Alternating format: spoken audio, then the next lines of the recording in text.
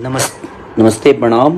और हमारे अशोक भाई हैं जिनकी पुत्री है श्वेता, जो कि बहुत अच्छी है, अभी बहुत बीमार चल रही थी। आज उनका बर्थडे है, तो उस बिटिया रानी को मेरे तरफ से happy birthday to you Shweta. ऐसे ही खुश रहिए और भगवान आपको जल्दी स्वस्थ करे, मेरी शुभकामनाएं। Happy birthday to you Shweta.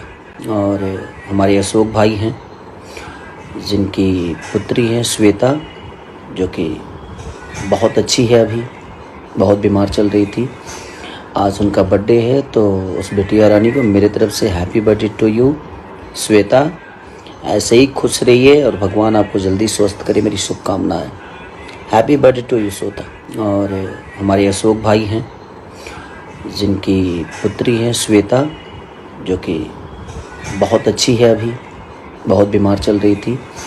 आज उनका बर्थडे है, तो उस बिटिया रानी को मेरे तरफ से happy birthday to you Shweta. ऐसे ही खुश रहिए और भगवान आपको जल्दी स्वस्थ करे, मेरी शुभकामनाएं। Happy birthday to you Shweta.